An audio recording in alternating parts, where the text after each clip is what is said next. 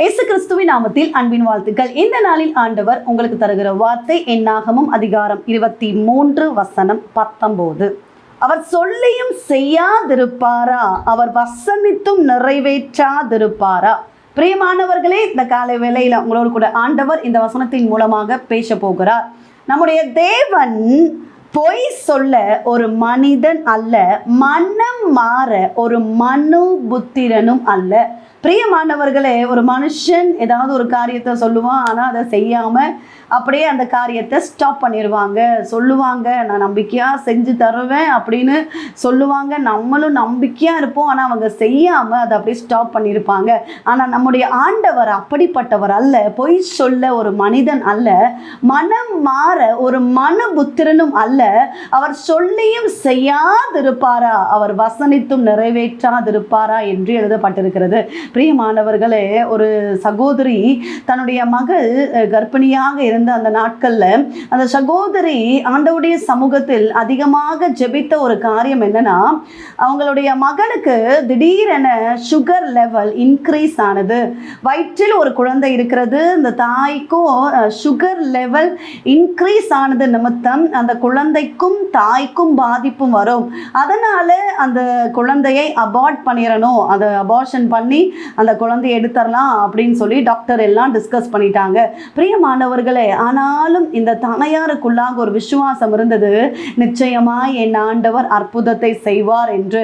Doctors கிட்டலாம் போகும்போதெல்லாம் doctor சொன்ன ஒரு காரியம், இது குழந்தைக்கே ஆபத்து, நீங்கள் இந்த குழந்தையை எடுத்துறது தான் பெஸ்ட்டு அப்படின்னு சொல்லி எவ்வளோ சொன்னார்களாம். ஆனாலும் இவங்க ஆண்டவருடைய சமூகத்தில் அதிகமாய் காத்திருந்து ஜெபித்து கொண்டே இருப்பார்களாம். ஒரு நாள் கர்த்தர் அவர்களுக்கு வார்த்தையை தந்தாராம். அந்த வார்த்தை கடந்து வந்த மாத்திரத்தில் அவங்களுக்குள்ளாக ஒரு விசுவாசம் வர ஆரம்பித்தது.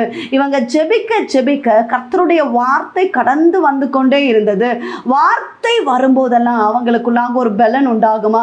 கர்த்தர் பேசி இருக்கிறார், கர்த்தர் நிச்சயமாக நடத்துவார், கர்த்தர் கைவிட மாட்டார் என்ற ஒரு விசுவாசத்தோடு அவங்க அந்த குழந்தையை அபார்ஷன் பண்ணல, ஆண்டவருடைய சமூகத்தில் ஜெபித்து ஜெபித்து ஜெபித்தே ட்ரீட்மெண்ட்டுக்கெல்லாம் போக ஆரம்பித்தார்களாம். பிரியமானவர்களை, ஆண்டவர் அற்புதத்தை செய்தார், ஆண்டவர் அதிசயத்தை செய்தார். அந்த தாயார் ஒரு தடவை என்னோடு பேசும்போது சொன்ன ஒரு காரியம், இந்த குழந்தை உருவாகும் போதே பிரச்சனை, தாய்க்கு பிரச்சனை இருந்தது, இந்த குழந்தையை அழித்து போட வேண்டும் என்று சொன்னாங்க.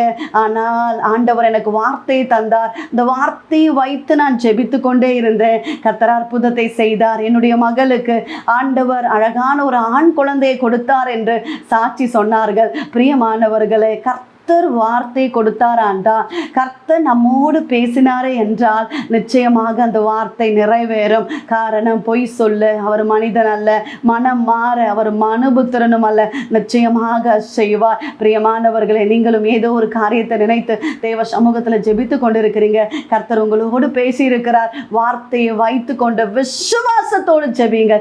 ஏசப்பா, என்கிட்ட இப்படி பேசியிருக்கீங்களே, நிச்சயமாக இது என்னுடைய வாழ்க்கையில் நிறைவேறும் என்ற நம்பிக்கையோடு நீங்கள் ஜெபிக்கும்போது கர்த்தர் செய்வார். ஜெபிப்போம். எங்களை நேசிக்கிற எங்கள் நல்ல தகப்பனை, இந்த காலை வேளைக்காக நன்றி செலுத்துகிறோம். கர்த்தர் தந்த நல்ல வார்த்தைக்காக நன்றி அப்பா. பொய் சொல்ல நீர் ஒரு மனிதன் அல்ல, மனமாற நீர் ஒரு மனுபுத்திரன் அல்லப்பா.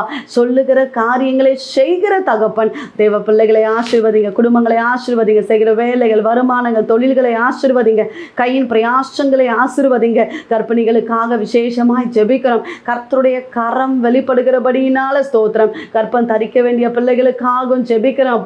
கர்த்தர் ஆசீர்வதிங்க, நன்மைகளை கொடுங்க ஏசப்பா. நீர் ஆசீர்வதிக்கிற தகப்பனப்பா.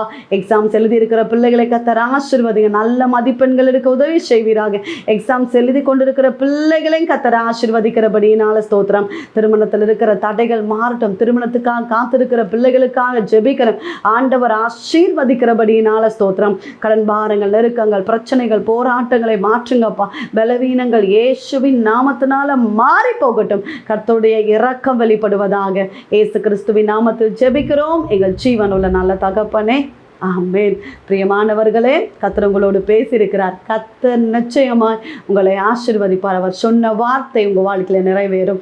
உங்களுக்காக, உங்களுடைய ஜெப விண்ணப்பங்களுக்காக நாங்கள் ஜெபிக்கிறோம். நீங்களும் எங்களுக்காக, எங்களுடைய ஊழியங்களுக்காக ஜெபித்துக் கொள்ளுங்கள். டிவோஷன் மூலமாய் உங்களோடு ஆண்டவர் பேசுகிறது எங்களை பகிர்ந்து கொள்ளுங்கள். இந்த வார்த்தை அநேகருக்கு பிரயோஜனமாக இருக்கும் என்றால் அநேகருக்கு ஷேர் பண்ணுங்க.